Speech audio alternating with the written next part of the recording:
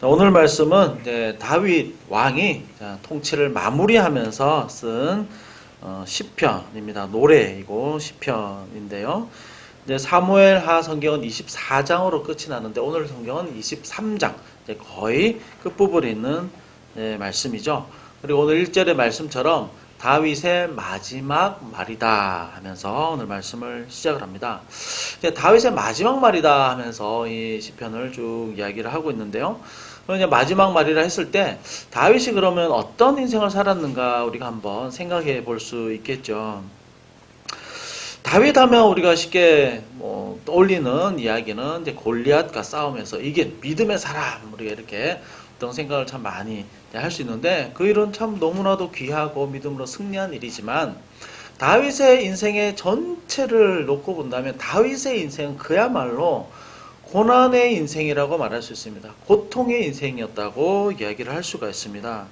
그리고 성경에 나와 있는 사람 중에서 한 사람의 인생을 이렇게 길게 그리고 이렇게 오랫동안 고난과 고통을 겪은 사람의 이야기를 쓴 성경도 없습니다.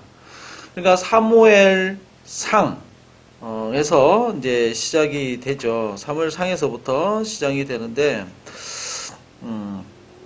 사무엘하는 전부 다 24장 전부 다 다윗에 관한 기사이죠. 그리고 사무엘상 16장부터 다윗이 기름 부음을 받고 시작이 되는데 사무엘상 16장부터 31장까지도 대부분 다윗에 관한 이야기들이죠. 그러면 전체 37장의 내용으로 다윗의 이야기가 구성이 되어 있습니다. 그러니까 한 사람의 일생이 이 37장이나 차지를 하고 있는 거죠. 성경의 전체 비중으로, 구약 성경의 전체 비중으로 보더라도 어마어마한 비중인 겁니다. 이 정도 분량으로 한 사람의 인생을 다룬 성경 내용은 없습니다. 그런데 이 다윗의 일생을 전체를 놓고 보면 정말 고난 중에 고난이고 참 많은 고통을 당한 인생이었다고 할 수 있습니다. 그의 인생에 있어서 이 기록만 보게 되면 잠깐 반짝였던 순간은 몇 번 되지 않습니다. 골리앗과 이겼던 그 한 장의 내용, 그리고 사무엘상 전체는 쫓겨다니면서 사울에게 죽을 위기를 수도 없이 많이 겪었죠. 자기 목숨을 부지하고자 엄청나게 부끄러운 일, 좀 서슴없이 막 이렇게 저지르기도 하고 또 적군과 타협하기도 하고 엄청난 많은 우여곡절을 참 많이 겪었습니다. 그리고 사무엘하 시작하면서 바로 왕위를 얻지 못하고 또 다윗의 세력과 사울의 세력이 계속해서 그 세력 다툼을 하는 가운데 사무엘하 5장에서 비로소 실질적인 권력을 가졌지만 불과 한 4장, 5장 정도의 승리에 대한 기사, 하나님의 영원한 언약에 대한 기사 외에는 사무엘하 11장부터 밧세바 사건 이후로 어마어마한 다시 고난 속에 빠져들어서 계속해서 이어지는 그 가정사에 너무나도 고통스러운 일들이 참 많이 있었습니다. 자식들이 서로 또 암논과 압살롬이 서로 막 다투고 싸워서 또 아들이 하나가 죽죠. 압살롬이라는 아들은 또 자기 아버지를 권력을 너무 가지고 싶어서 아버지를 해하려고 하는 너무 폐륜적인 사건으로 또 3장, 4장 걸쳐서 엄청난 일을 겪게 됩니다. 그 나중에 다윗이 이런 반란, 쿠데타를 다 제압을 하고 이제 왕궁에 복귀하는 이 말씀이 이제 19장에 나오게 되는데 이 19장에서도 또 남북 지파가 나눠져서 또 갈등하는 이야기들이 나옵니다. 그러니까 이 전체를 놓고 보면 다윗의 일생이라고 하는 것은 어떻게 보면 괜히 왕이 됐나 할 정도의 엄청난 일들과 고통과 고난이 너무나도 많은 인생이었습니다.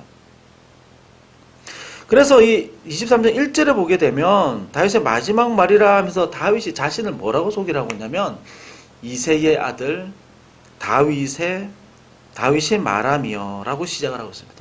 이새의 아들. 보통 왕은 자기가 왕이라고 밝히면서 시작을 합니다. 그러니까 전도서나 또 잠언 같은 경우에는 예루살렘의 왕 솔로몬의 잠언이다. 또 이스라엘의 왕 솔로몬의 이야기다. 보통 이렇게 이야기 시작을 하지만 지금 이 마지막 말을 하면서 다윗은 스스로 뭐라고 이야기하냐면 이새의 아들. 이 이새의 아들이란 말이 어디에 나오냐면 사울이 다윗을 죽이려고 쫓아다니면서 다윗을 부를 때 이새의 아들 다윗 하면서 아주 비아냥거리고 무시하면서 부르는 말이고요. 또 사무엘하 20장에 보게 되면 세바라는 사람이 쿠데타를 잠깐 일으키는데 그 사람이 다윗을 향해서도 이새의 아들 다윗이라고 부릅니다. 굉장히 무시하는 말이었습니다. 그러니까 이런 거랑 똑같은 거죠.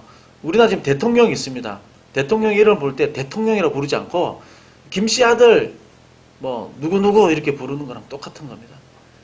그러니까 자기 자신을 그냥 목동 굉장히 못 살던 그 집안의 한 사람으로서 마지막에 자기 자신을 지금 표현을 하고 있는 거죠.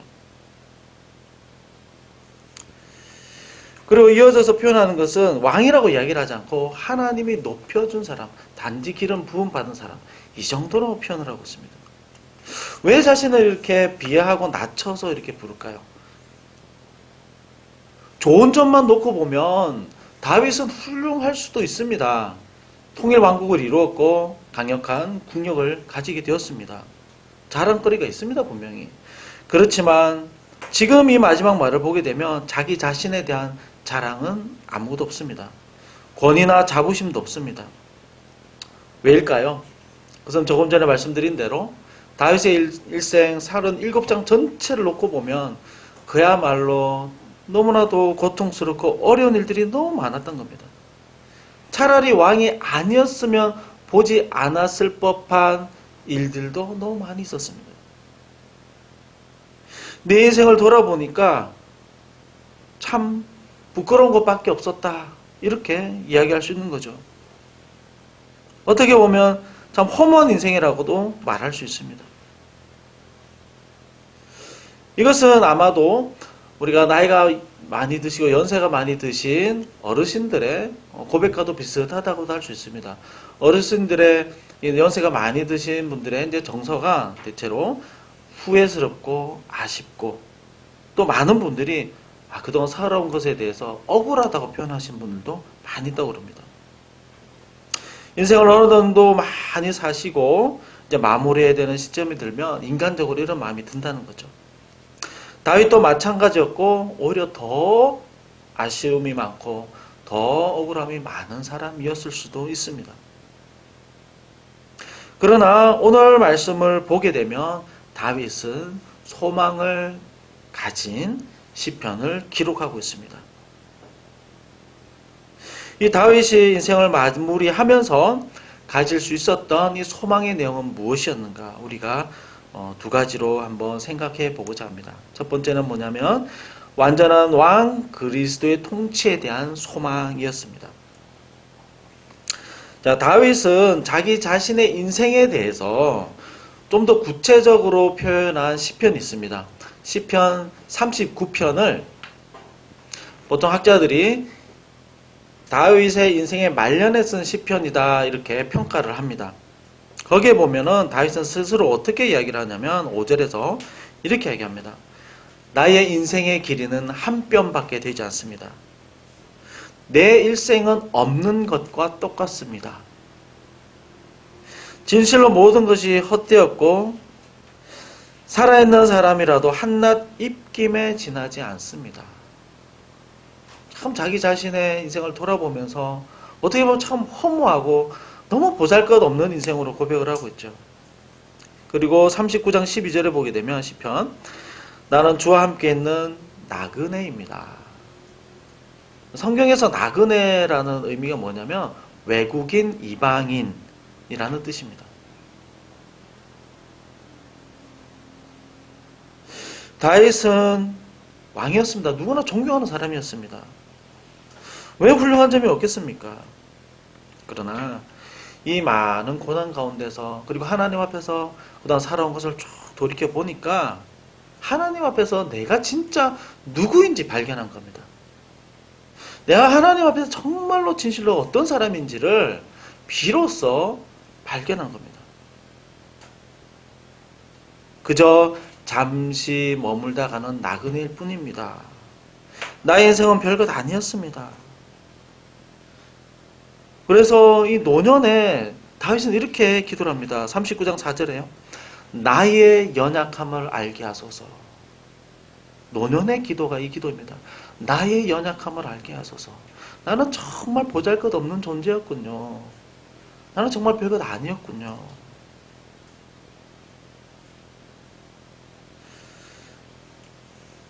그 강력한 권력, 명예 이런 거 아무것도 아니었군요. 고백하는 거죠. 우리 살아가면서 누구나 신분을 가집니다. 태어나면서 왕, 태어나면서 대표, 태어나면서 국회의원, 태어나면서 대통령 가지고 나온 사람들 아무도 없습니다.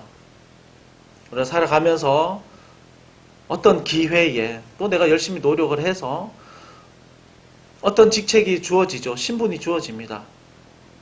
저는 목사로서 또 가정의 아빠로서 또 여러 가지 또 직책이 주어집니다.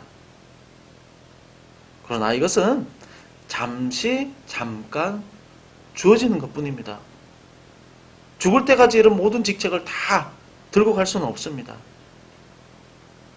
하나님 앞에 설 때에 누구나 다 고백하게 되는 것은 내가 잠시 머물다 가는 존재이었군요. 그냥 이방인인 나그네일 뿐이었군요. 라는 것이죠. 아무리 대단한 것처럼 보인다 할지라도 그것은 모두 다 만들어진 모습입니다. 만들어진 모습은 진짜 내가 아닙니다.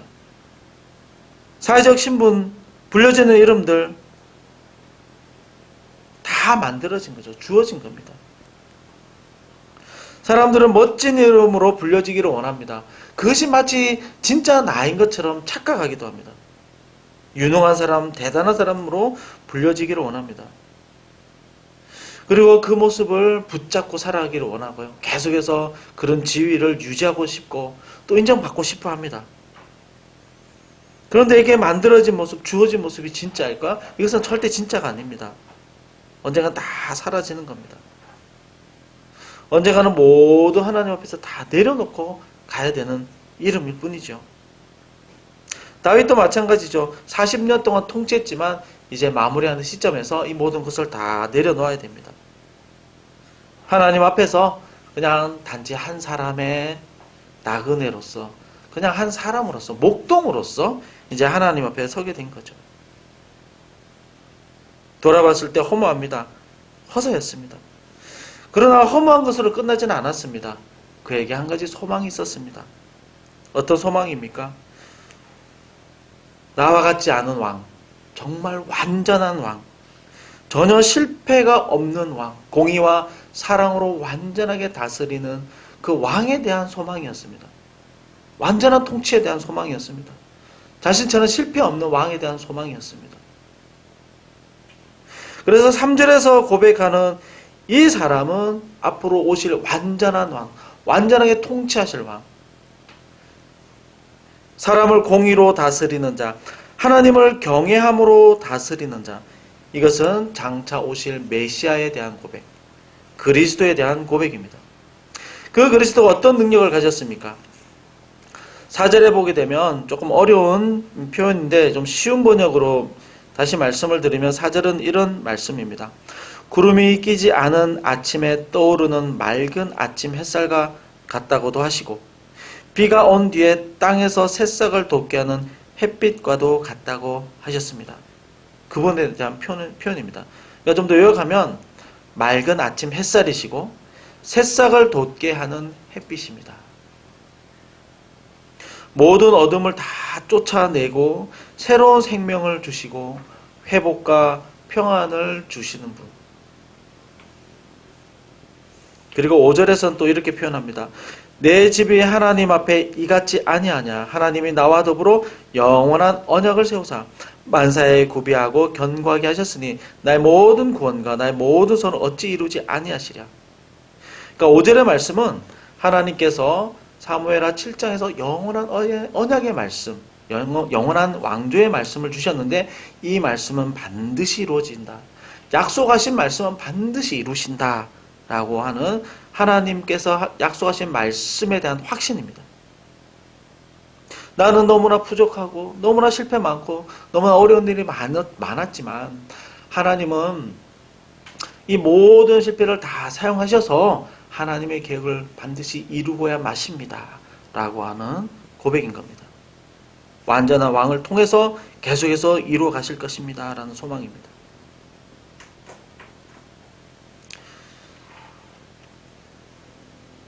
다윗도 살아가면서 많은 꿈이 있었겠죠. 많은 소망이 있었겠죠. 그렇지만 그가 인생 말년에서 발견한 가장 궁극적이고 가장 중요한 소망이 무엇이냐면 앞으로 오실 메시아에 대한 완전한 통치에 대한 완전한 회복에 대한 그 소망이 있었다는 거죠. 우리가 살아가면서 우리가 가져야 되는 소망이 무엇입니까? 우리는 어떤 소망이 나의 참 소망입니까? 무엇을 진정으로 여러분 꿈꾸십니까? 당장 앞에 놓인 계획들이 있겠죠. 그것도 우리의 소망과 꿈이라 할 수 있습니다. 그러나 아무리 좋은 꿈과 계획이라 할지라도 이 땅에서 꾸는 꿈은 언젠가는 사라집니다. 이뤘다 하지만 언젠가는 성취하고 사라집니다. 그러나 영원한 소망, 영원한 우리의 꿈은 무엇이어야 합니까? 그것은 사라지지도 않고 영원히 지속되는 것입니다. 그 소망과 꿈은 무엇이어야 합니까? 그것은 바로 다윗과 동일한 예수 그리스도에 대한 소망이어야 합니다. 나를 위해 십자가에 피 흘린 그 사랑이 얼마나 크고 놀라운지 아는 것입니다.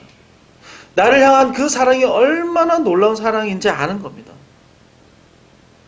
나를 향한 그 십자가의 사랑을 생각하면 가슴이 벅차고 심장이 뛰고 나에게 정말 영원한 기쁨이 되는 겁니다. 나는 악하고 너무나도 심판받아 마땅한 죄인이었지만 나를 위해서 피 흘리신 그 사랑이, 그 은혜가 얼마나 놀라운지 그것을 계속해서 알고, 그것을 알고 그 안에 거하는 것이 나의 영원한 소망이어야 합니다. 그것이 나의 최고의 소망이어야 합니다. 그래서 예수님의 말씀이, 예수 그리스도가 나에게 하신 말씀이 내 안에 충만해지고 그 말씀대로 사는 것이 나의 온전한 기쁨이며 나의 온전한 꿈이어야 하는 것이죠. 이것이 우리의 최고의 소망이어야 합니다. 우리의 신분은 계속해서 변합니다. 그럼 언젠가는 다 놓고 가야 합니다. 그렇지만 영원히 변하지 않는 신분과 우리의 역할과 하나님께서 말씀하신 우리의 존재가 무엇입니까? 그것은 피로 값주고 사신 하나님의 너무나도 귀한 자녀이고 우리의 양자됨의 은혜라는 것입니다. 하나님의 자녀가 되는 권세를 우리에게 허락해 주셨습니다. 이것은 영원히 변하지 않습니다. 우리가 계속해서 소망하고 하나님을 계속해서 바라고 계속해서 꿈꾸고 계속해서 기도해야 될 제목이 무엇입니까? 그래서 하나님의 아들을 아는 지식과 믿는 일에 하나가 되어서 그리스도의 장성한 분량에까지 이르는 것입니다. 에베소서 4장 13절의 말씀이죠. 이것이 우리의 궁극적인 소망이고 궁극적인 꿈이어야 합니다. 이것은 영원히 사라지지도 않고요. 영원히 계속되는, 그리고 영원토록 지속되는 우리의 소망이어야 합니다. 그래서 우리가 이 소망을 가질 때, 예수 그리스도를 참으로 아는 것을 가질 때, 정말 그 지식에 충만해질 때 우리에게 일어나는 모든 것이 협력하여서 선을 이루게 된다는 것을 결국 알게 될 겁니다. 로마서 8장 28절에서 말씀합니다. 우리가 알거니와 하나님을 사랑하는 자 곧 그 뜻대로 부르심을 입은 자들에게는 모든 것이 협력하여 선을 이루느니라 말씀을 하고 있습니다.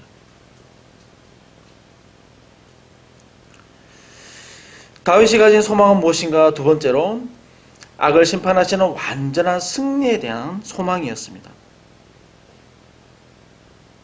이 세상은 계속되는 시험이 있습니다. 공중 권세 잡은 자들의 시험이 있습니다. 그리고 우리의 연약함을 계속해서 부추기고 또 격동케 하는 또 시험이 있습니다. 이 시험은 이미 창세기 3장에 아주 구체적으로 잘 나와 있죠. 어떤 방법으로, 어떤 식으로 우리를 유혹하고 자꾸 넘어뜨리려고 하는지 이 시험이 나와 있습니다. 창세기 3장에 뱀이 처음으로 하와를 유혹을 하죠. 하나님은 반드시 선악과를 먹으면 죽는다고 강조를 하셨습니다.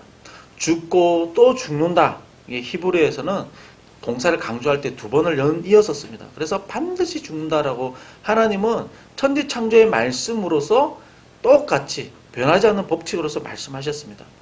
그런데 뱀이 하와를 유혹할 때 뭐라고 얘기를 하냐면 3장 2절에서 진짜 먹지 말라고 했느냐라고 묻습니다.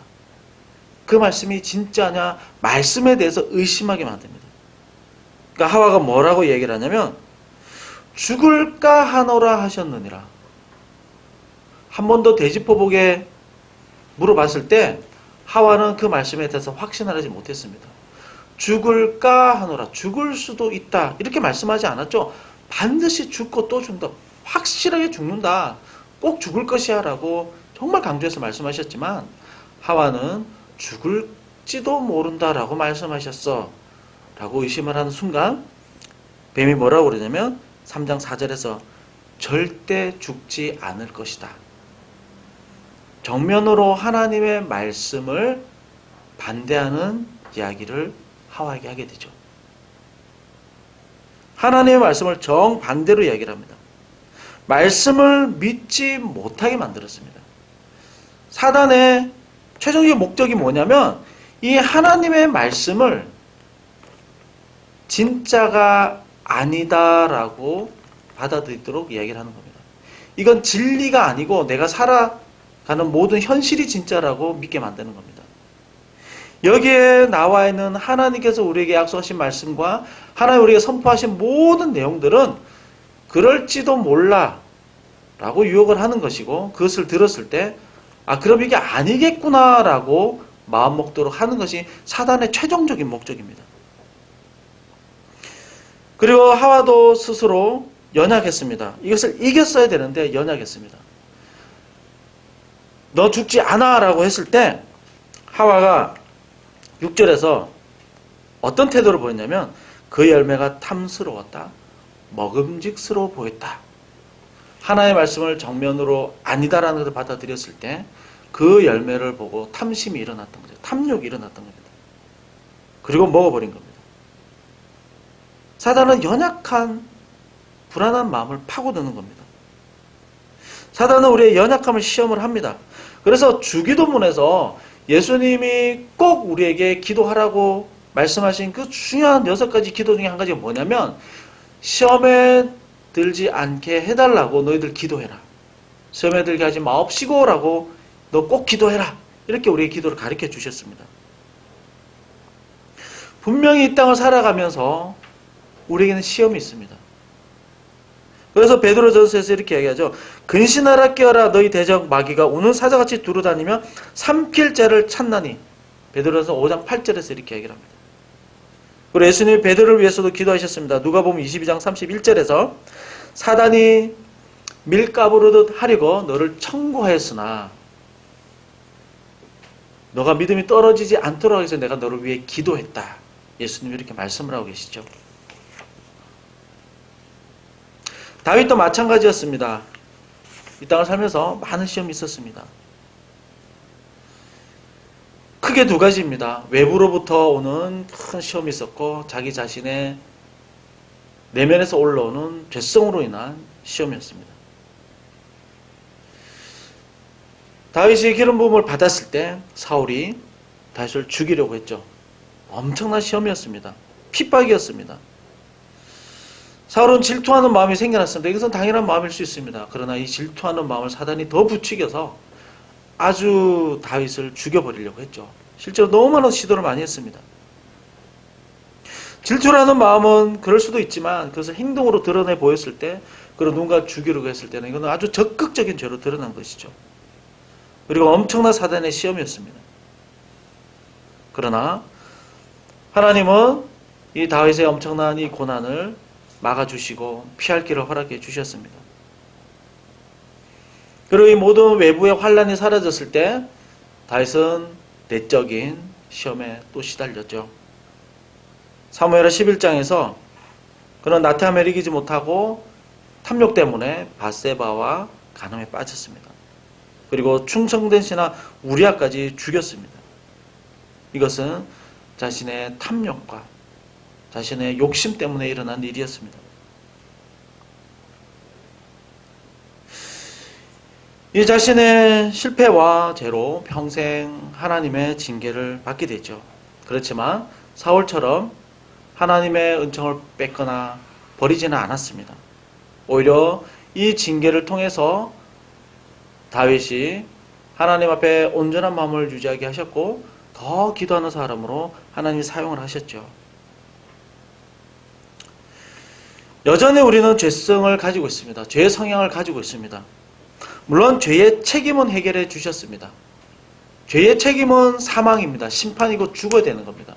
그렇지만 예수 그리스도의 십자가의 보혈로 우리의 사망 선고는 취소가 되고 영원한 생명을 주시겠다고 선언해 주셨습니다.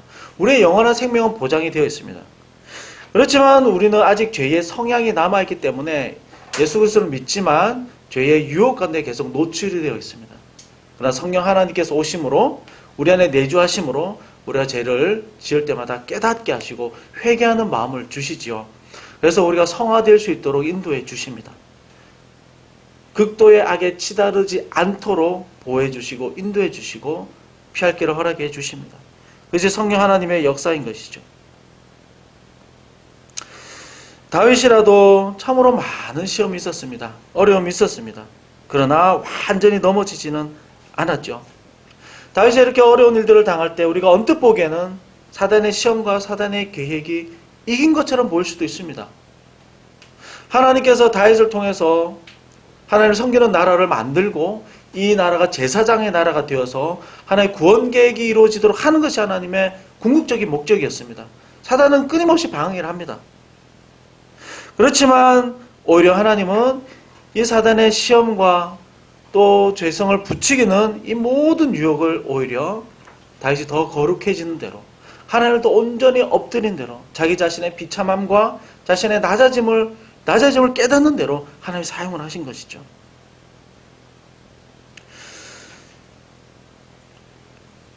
하나님은 중간중간에 이 악이 승리할 수 없음을 보여주셨습니다.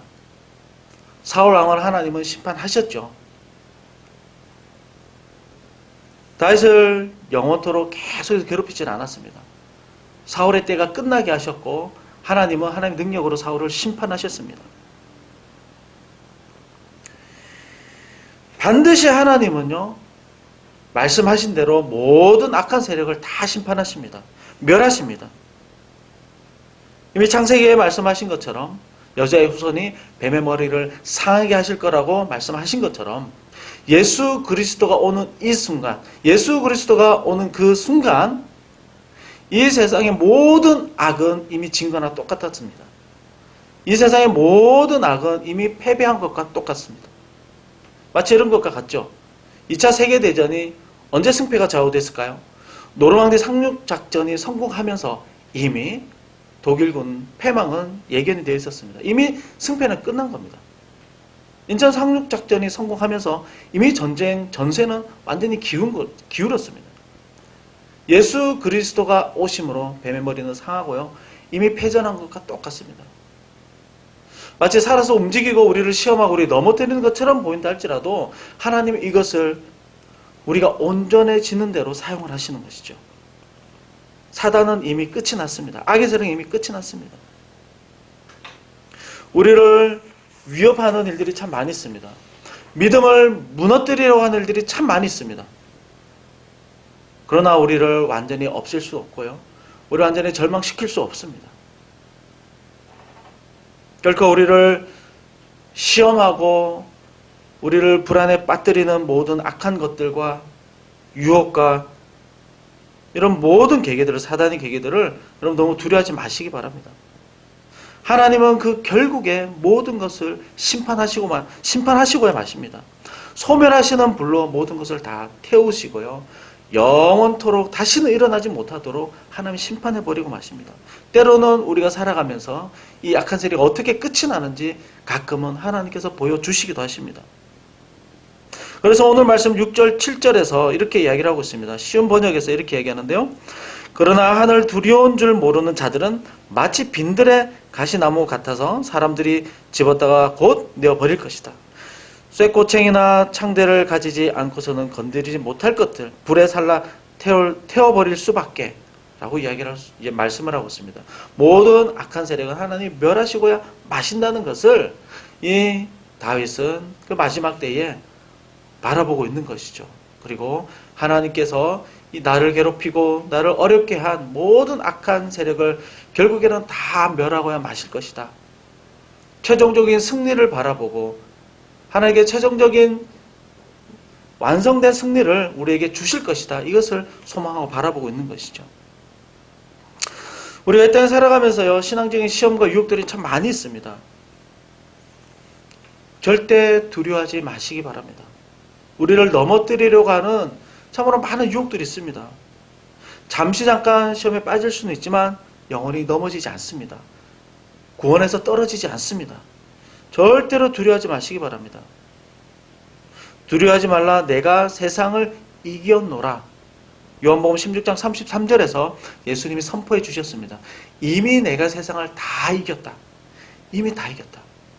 예수 그리스도가 왕이심으로 회개하라, 천국이 가까웠다, 이 말이 선포되면서 이미 악의 세력은 다 끝난 겁니다. 절대 두려워하지 마시기 바랍니다. 최종 승리는, 완전한 승리는 바로 눈앞에 있고요. 모든 악한 세력의 유혹과 시험과 두렵게 하는 모든 것들은 반드시 끝이 납니다.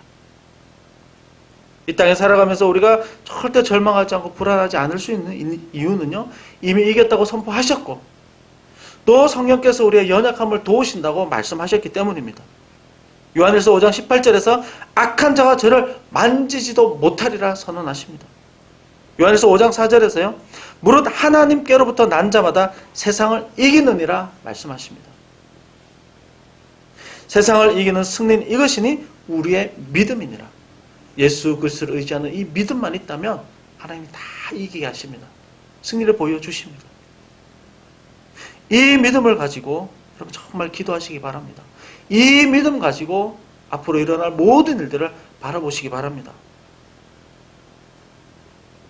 오늘 다윗은 인생의 마지막 시편을 쓰면서 두 가지의 소망을 가졌습니다. 완전한 왕께서 통치하신다. 다스리신다. 그리고 그 왕은 이미 승리하셨다. 우리의 궁극적이고 영원한 소망, 우리의 꿈은 예수 그리스도를 아는 것이고요. 그 사랑과 은혜를 더욱 깊이 깨닫는 것입니다. 그리고 그 안에서 참 기쁨과 소망을 가지는 것이고요. 예수 그리스도의 말씀에 온전히 거하는 겁니다. 그 말씀대로 사는 것이 나에게 참 기쁨이고 나에게 정말 큰 즐거움이라는 것을 아는 것입니다. 이것이 우리의 최종적인 소망이고 우리의 꿈이고 우리의 비전이어야 합니다. 왜냐하면 이것은 영원토록 계속해서 지속되는 것이고요. 살아 숨쉬는 순간순간마다 시험과 유혹을 이기는 강력한 힘이 되기 때문입니다. 예수 그리스도를 영접하는 순간 회복은 시작이 되었습니다. 비록 내가 볼 때는 내리막길로 가는 것처럼 보인다 할지라도 이미 승리하셨다고 선언하셨고요. 이미 회복은 시작되었다고 선포하셨습니다. 말씀하셨습니다. 예수 그리스도 안에 있는 자는 결코 실패가 없고요. 오직 승리밖에 없음을 선포하셨습니다. 이 믿음을 가지고 기도하시고 이 믿음을 가지고 우리의 소망은 예수 그리스도입니다. 선포하시기를 주님의 이름으로 축원드립니다.